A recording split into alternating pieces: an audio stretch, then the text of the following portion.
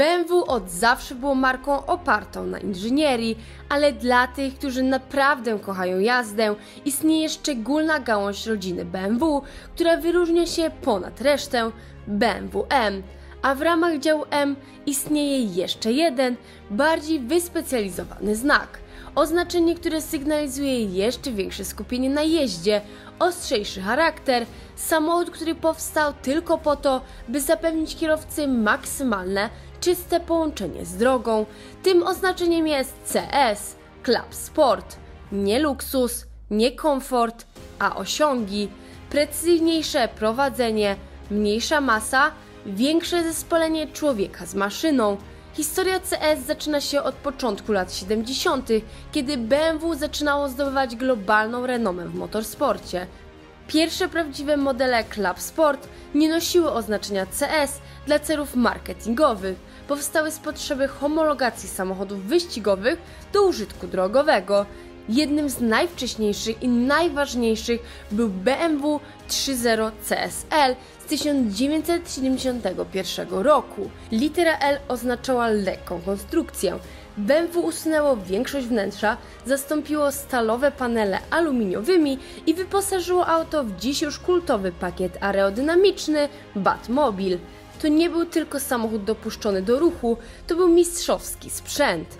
BMW 3.0 CSL zdobył dla marki pierwszy w historii tytuł Mistrza Europy samochodów turystycznych w 1973 roku i otrzymał go przez 5 kolejnych sezonów. Teraz narodziła się definicja CS, most łączący tor wyścigowy z drogą publiczną. W kolejnych latach idea Club Sport powraca okazjonalnie w różnych formach. W 1981 roku pojawił się BMW E21 323i Group 2, wersja homologacyjna oparta na pierwszej generacji serii 3. W latach 90. modele E30 M3 Evolution podniosły poprzeczkę jeszcze wyżej, z cieńszymi szybami, lżejszymi panelami i zawieszeniami gotowymi na tor.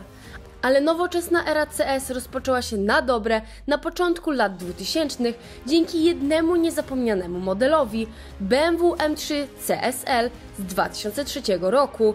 Ważył o 110 kg mniej niż standardowe M3. Miał wlot powietrza z włókna węglowego, który ryczał przy 8000 obrotów, dach z karbonu i wyczynową skrzynię SMG. Powstało tylko 1383 egzemplarze. BMW E46 M3 CSL pokonał tor Nürburgring-Nordschleife w 7 minut i 50 sekund, wynik porównywalny z ówczesnymi supersamochodami. Od tego momentu oznaczenie CS nabrało nowego znaczenia. W 2016 roku BMW przywróciło ten symbol w modelach F80 M3 CS i F82 M4 CS. Nie były to już odchudzone do granic możliwości wersje jak CSL, lecz lżejsze, sztywniejsze warianty i tak już ostrych modeli M, bardziej praktyczne niż samochody torowe, ale znacznie bardziej skupione niż wersje seryjne. Oferowały zmodyfikowane zawieszenie, mocniejsze jednostki napędowe, elementy z włókna węglowego i ograniczone wygłuszenie wnętrza. Samochody z oznaczeniem CS nigdy nie chodziły o suche liczby, chodziło o wrażenia. I tu właśnie na scenę wkracza BMW M2. W 2010 roku coś się zmieniło w świecie samochodów sportowych. BMW M3, kiedyś kompaktowy, zwinny symbol czystej przyjemności z jazdy, urósł. Stał się cięższy, bardziej skomplikowany, był szybszy, to prawda, ale z każdym kolejnym pokoleniem tracił swoją pierwotną surowość. I wtedy w 2016 roku BMW zrobiło coś wyjątkowego. Wprowadziło na rynek model BMW M2, kompaktowe coupé z napędem na tył, które ponownie postawiło kierowcę w centrum uwagi. Nie powstało po to, by być rekordy, nie stworzono go z myślą o klientach szukających luksusu, zbudowano je po to, by dawać radość z jazdy. Pod maską pracował silnik N55, 3-litrowa rzędowa szóstka z turbodoładowaniem, generująca 365 koni i 465 Nm.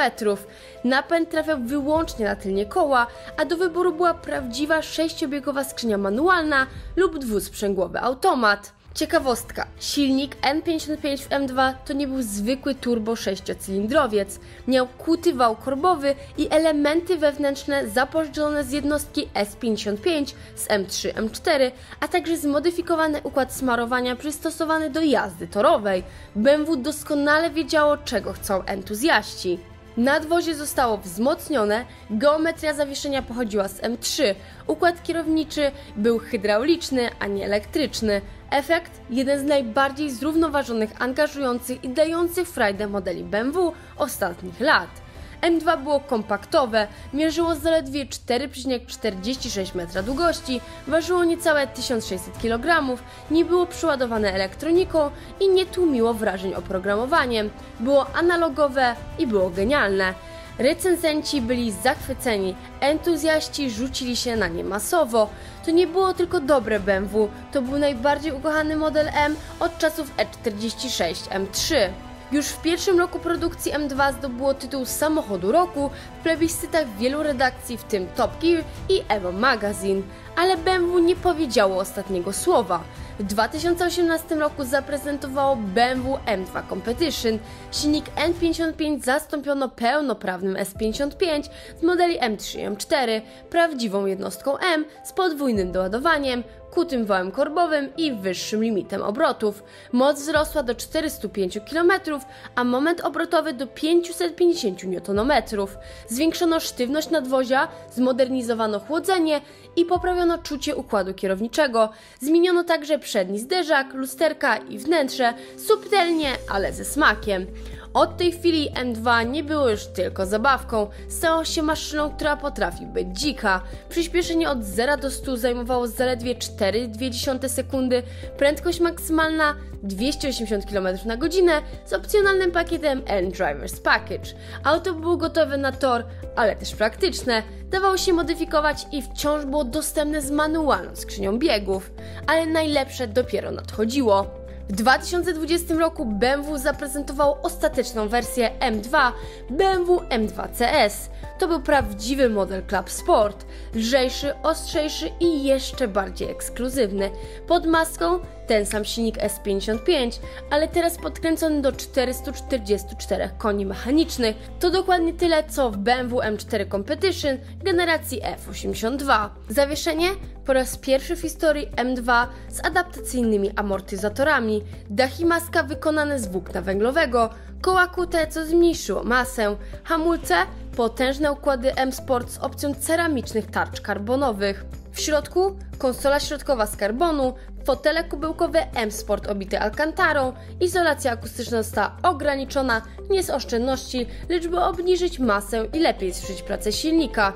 Ciekawostka, M2 CS pokonało tor Nürburgring Nordschleife w 7 minut i 42 sekundy, szybciej niż legendarne BMW M3 GTS z silnikiem V8. Produkcja była ograniczona, powstało nieco ponad 2200 egzemplarzy na cały świat, każdy składany ręcznie w fabryce w Lipsku, każdy stworzony z myślą o kierowcy, który bardziej ceni precyzję układu kierowniczego niż rozmiar ekranu. A potem M2 zniknęło, ale nie na długo. W 2023 roku BMW zaprezentowało drugą generację M2, oznaczoną wewnętrznie jako G87 i była inna, dłuższa, szersza, mocniejsza, bardziej agresywna. Silnik N55 i S55 odeszły do historii. Zastąpił je nowy S58 z aktualnych modeli M3 i M4. To rzędowa szóstka z podwójnym doładowaniem, generująca 453 konie i 550 Nm. Do wyboru 6-biegowa skrzynia manualna lub 8-biegowy automat, nadal z napędem na tył, nadal ostra w prowadzeniu, ale wyraźnie cięższa. Nowe M2 G87 waży około 1725 kg. To już nie byle lekki wojownik jak dawniej. Było szybsze, sztywniejsze, ale też bardziej cyfrowe. Ciekawostka, BMW M2 G87 ma niemal taki sam rozstaw osi jak większe M4 F82, co oznacza, że prowadzi się jak duży samochód zamknięty w mniejszym nadwoziu, zwłaszcza na ciasnych torach. Część entuzjastów doceniła jego moc, inni tęsknili za prostotą oryginalnej M2. Ale jedno było pewne, platforma G87 miała jeszcze spory potencjał i BMW dokładnie wiedziało, co z tym zrobić.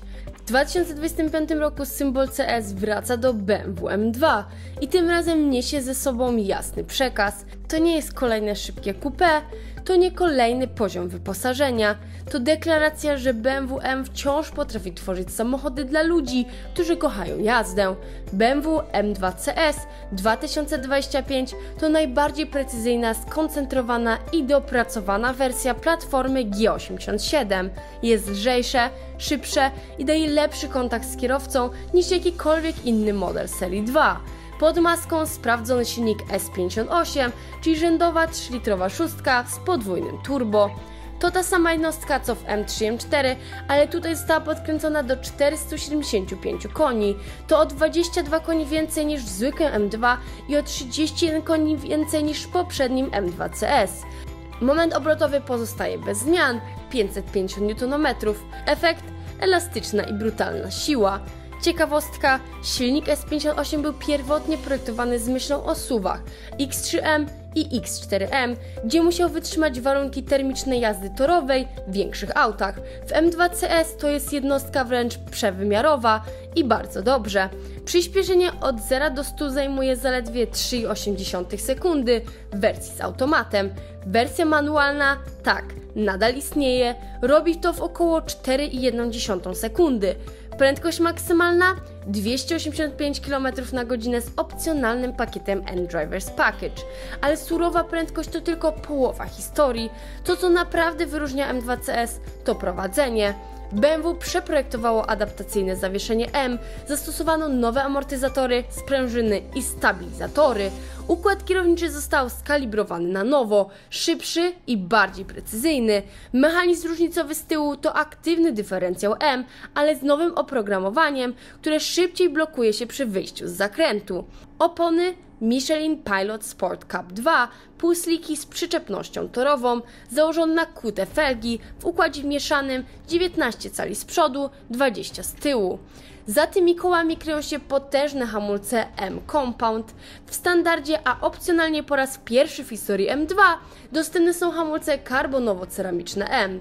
Jeśli chodzi o masę, zespół pracujący nad wersją CS nie oszczędzał na żadnym detalu. Dach i maska z włókna węglowego zostały przejęte z modelu M4 CSL. Przedni splitter, dyfuzor, spoiler na klapie bagażnika i obudowy lusterek wszystkie wykonano z tworzywa wzmacnianego włóknem węglowym. Nawet konsola środkowa wewnątrz auta zbudowana jest z karbonu, dokładnie tego samego materiału, który BMW stosuje w swoich samochodach wyścigowych GT3. CS jest lżejsze około 80 kg względem bazowego M2. Nie dzięki jednej dużej zmianie, ale dziesiątkom małych, lżejsze fotele, mniej wygłuszenia, mniejszy akumulator i wiele więcej. Masa własna wynosi teraz nieco ponad 1660 kg. W wersji manualnej to lżej niż Porsche 718 Cayman GT4 RS, mimo że BMW oferuje tylne siedzenia i więcej mocy. W środku CS łączy funkcjonalność z surową estetyką.